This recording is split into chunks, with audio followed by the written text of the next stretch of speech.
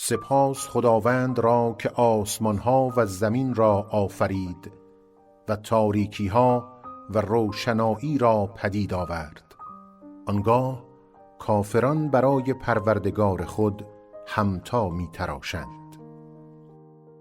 اوست که شما را از گل آفرید، سپس اجلی مقرر داشت و اجل معین نزد اوست، آنگاه شما تردید می کنید.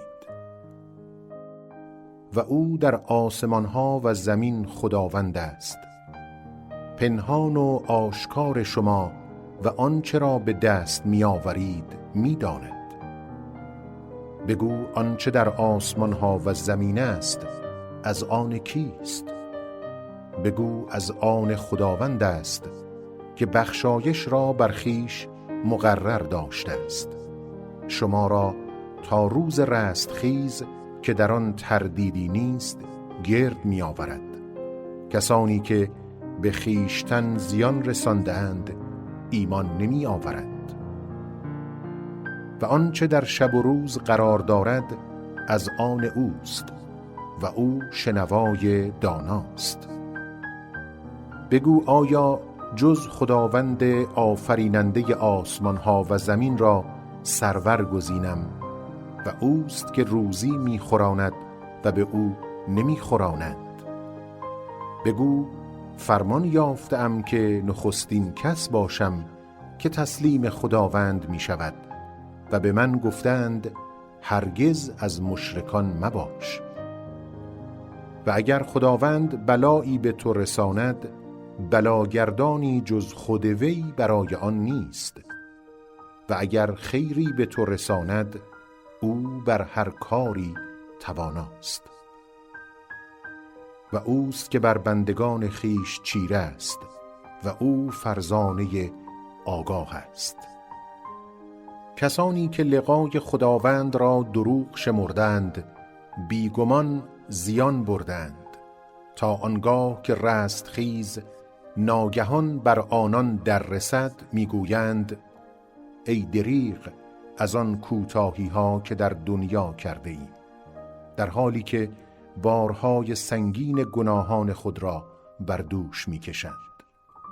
آگاه باشید بد باری است که بر دوش میکشند. و زندگی دنیا جز بازیچه و سرگرمی نیست و بیگمان برای کسانی که پرهیزکاری می‌ورزند سرای واپسین نیکوتر است. آیا نمی اندیشید؟ بگو مرا آگاه سازید اگر خداوند شنوایی و چشمانتان را از شما بگیرد و بر دلهای شما مهر نهد، جز خداوند کدام خدا آن را برای شما باز می آورد؟ بنگر چگونه ما آیات خود را گوناگون می آوریم، باز هم آنان رو می گردانند.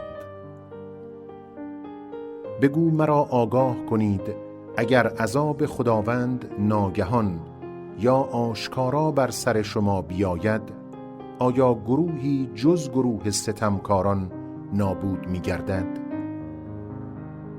و ما پیامبران را جز نوید بخش و بیم دهنده نمی فرستیم. پس کسانی که ایمان آورند و به راه آیند نه بیمی خواهند داشت و نه اندوهگین می گردند. و کلیدهای چیزهای نهان نزد اوست، هیچ کس جز او آنها را نمی داند. و او آنچه را در خشکی و دریاست می داند و هیچ برگی فرو نمی افتد مگر که او آن را می داند. و نیز هیچ دانه‌ای در تاریکی‌های زمین و هیچ تر و خشکی فرو نیفتد جز آن که در کتابی روشن آمده است. و اوست که شبانگاه در خواب روان شما را می ستاند و می داند که به هنگام روز چه به دست آورده اید. سپس در همین روز شما را از خواب برمی انگیزاند تا زمانی نام برده سرآید. آنگاه بازگشتتان به سوی اوست و سپس شما را از آنچه انجام می دهید آگاه می سازد. و او بر بندگان خیش چیره است و بر شما نگهبانانی می فرستد تا چون مرگ هر یک از شما در رسد فرشتگان ما جان او را بستانند و آنان کوتاهی نمی ورزند. سپس به سوی سرور برحقشان خداوند برگردانده می شوند. آگاه باشید که داوری با اوست و او سریع ترین حساب رسان است. بگو چه کس شما را از تاریکناهای خشکی و دریا می رهاند، در حالی که او را به لابه و در نهان می خوانید که اگر از این ورطه رهایی من دهد از سپاسگزاران خواهیم بود. بگو خداوند شما را از آن ورطه و از هر بلا رهایی می بخشد، باز هم شما شرک می ورزید. بگو او تواناست که عذابی آسمانی یا زمینی بر شما برانگیزد یا شما را گروه گروه به جان هم اندازد و رنج برخی از شما را به برخی دیگر بچشاند. بنگر چگونه آیات را گونه گون می آوریم، باشد که آنان دریابند. و اوست آن کس که آسمان ها و زمین را به درستی آفرید و روزی که فرماید باش بیدرنگ خواهد بود. گفتار او راستین است و روزی که در صور دمند فرمان فرمایی از آن اوست.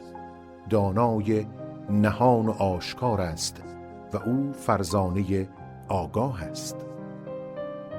خداوند شکافنده هسته و دانه است. زنده را از مرده بیرون می آورد و بیرون آورنده مرده از زنده است. این خداوند است، پس چگونه از حق بازتان می گردانند؟ شکافنده بامداد پگاه است و شب را برای آرامش و خورشید و ماه را برای شمارش برگمارده است. این سنجش خداوند پیروز داناست. و او همان است که ستارگان را برای شما آفرید تا در تاریکی های خشکی و دریا بدانها راه جویید. به راستی این آیات را برای گروهی که دانشورند روشن بیان داشته اید. و اوست که شما را از یک تن پدید آورد، آنگاه آرامشگاه و ودیعگاهی است. این آیات را برای گروهی که در میابند روشن بیان داشته اید. و اوست که از آسمان آبی فرو فرستاد و با آن هر گونه رویدنی را برون آوردیم. آنگاه از آن جوانه سبزی بیرون کشیدیم که از آن دانه‌هایی بر هم نشسته بیرون می آوریم و از شکوفه خرما خوشه‌هایی دسترس و باغستان‌هایی از انگور بیرون می آوریم و زیتون را و انار را همگون و غیر همگون پدید می آوریم. به میوه آن چون ثمر آورد و به رسیدن آن بنگرید. بیگمان در اینها برای گروه مؤمنان نشانه‌هایی است.